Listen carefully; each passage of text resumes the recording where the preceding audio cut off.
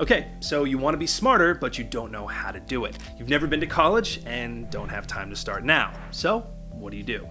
In this video, I'm going to give you 4 ways to hack your IQ without running up expensive college bills or spending years studying. These are 4 things that anyone can do to boost their IQ, become more confident, more successful in work and relationships, more fulfilled, and start living the healthy, low-stress life that most high IQ people live. And I bet you they aren't what you expect.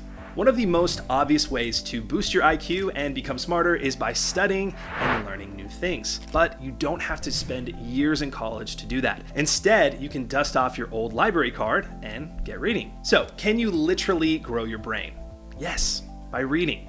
When you read, it physically changes your brain. When it comes to your IQ, one of the most essential parts of your brain is what Hercules Poirot calls his little gray cells. These little gray cells, or gray matter, make up most of what's known as the cerebral cortex, the part of the brain that is most responsible for thinking, learning, and solving problems. Reading makes certain parts of that cortex thicker, and that's been linked to greater intelligence. The areas that beef up include the insular, which, amongst other things, helps with decision-making and awareness.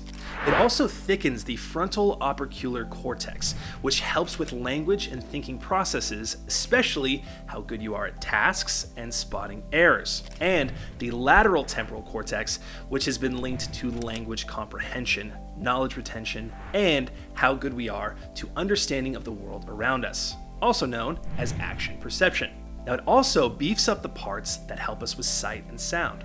The other way reading changes the brain is by enhancing the connections between different brain regions. This is important because there is one bit of the brain where you can point to and say, that's where your smarts live. Instead, intelligence comes from many parts of the brain working together, and reading, because it uses so many of them, helps it get better at doing that. Now, all those changes in the brain don't just make you a better reader, they make you smarter. Studies on identical twins have shown that even if they're brought up in the same place and by the same parents, if one reads a lot and the other doesn't, the reader has higher IQ than the non-reader. Now, those changes in your brain are especially good at improving a specific part of your IQ called verbal IQ, or VIQ. That's the part of the test that measures how well you understand words and use them to think more clearly. A higher VIQ also seems to make you think faster. And you can read anything. It doesn't have to be non-fiction books. It can be a good blog post, scientific papers, a magazine, comic books, really anything. Reading non-fiction, though, gives you the bonus of gaining new knowledge and a bigger brain to use it.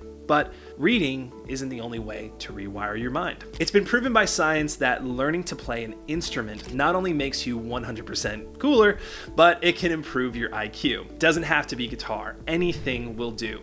From blowing on that old high school recorder that you still might have lying around, to learning how to conduct an orchestra. It doesn't even have to be an instrument. Learning a language works similarly, possibly because both make your brain wrap itself around new sounds at the same time as it's developing the motor skills to make those sounds. Like reading, it physically affects your brain, but this time it's all about how it shapes it. When you learn an instrument or a language, a network in the brain called the multisensory systems is forced into working out. Like muscles, different parts of the multisensory system do the same thing, but each has its own job. For example, the superior colliculus, which is 2 nut-like lumps at the very top of the spine, helps with hand-to-eye coordination and attention. The superior parietal cortex helps you understand where you are in space and helps with attention. The prefrontal cortex organizes sensory input to help with planning, problem solving, working memory, and attention. Like working on your muscles in the gym, learning an instrument or a language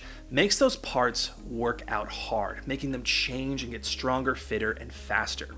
But unlike hitting the weights or reading, learning an instrument or language doesn't make those parts bigger. Instead, it makes them more plastic. And no, I don't mean it makes them more like plastic. I mean it makes them more plastic as in able to change shape. Think plasticine. Neuroplasticity, or the ability of the brain to change shape, is one of the brain's most impressive tricks. When we get some new info or develop a new skill, the brain changes its shape slightly, and the more we use that knowledge or skill, the more permanent that change becomes. And that's how we learn things, by literally reshaping the brain. Learning a musical instrument or a language really works that plasticity hard, so hard that it makes it easier to learn other things too. The extra plasticity can help with a range of cognitive skills like planning, attention, self-control, problem solving, organization, and memory. It also improves your ability to process new information and problem solve without using your already existing knowledge, something known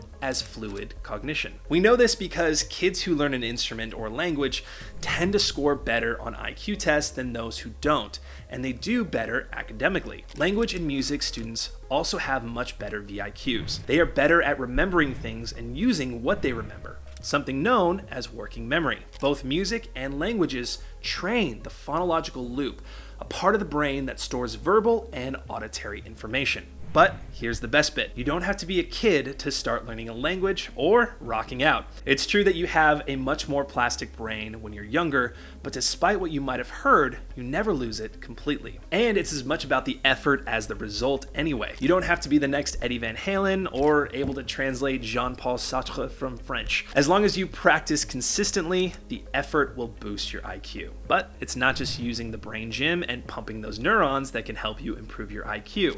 You can get smarter by pumping iron too. Have you ever heard of Plato? Well, he was a very clever guy from ancient Greece, probably one of the most intelligent people from anywhere ever. He used to teach his students in something called a gymnasium. That's not just a word that used to mean one thing like school, but now means a place you go to work out. Back in ancient Greece, they thought it was as important to train the body as the mind. They did both in the same place. Plato himself was a celebrated wrestler. His name means broad-shouldered. Modern science tells us that he was onto something. First, doing any exercise involves intensively learning a new skill, which helps with brain plasticity. But exercise also helps the production of a protein known as the brain-derived neurotrophic factor. This protein changes parts of the cells in your brain and nervous system at a molecular level. The main changes are in how your body manages energy and your metabolism. Basically, it's how you get fitter. But that brain-derived neuro thingy sits at the crossroads between our metabolism and brain plasticity.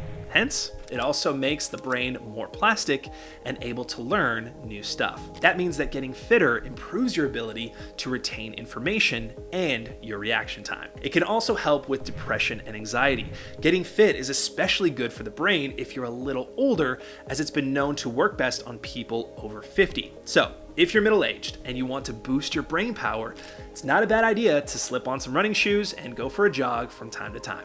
Now, one thing that hacks 1 through 3 have in common is that they take up a fair amount of time and effort. But there is a way to improve your IQ in your spare time: playing games. It all comes down to those little gray cells again.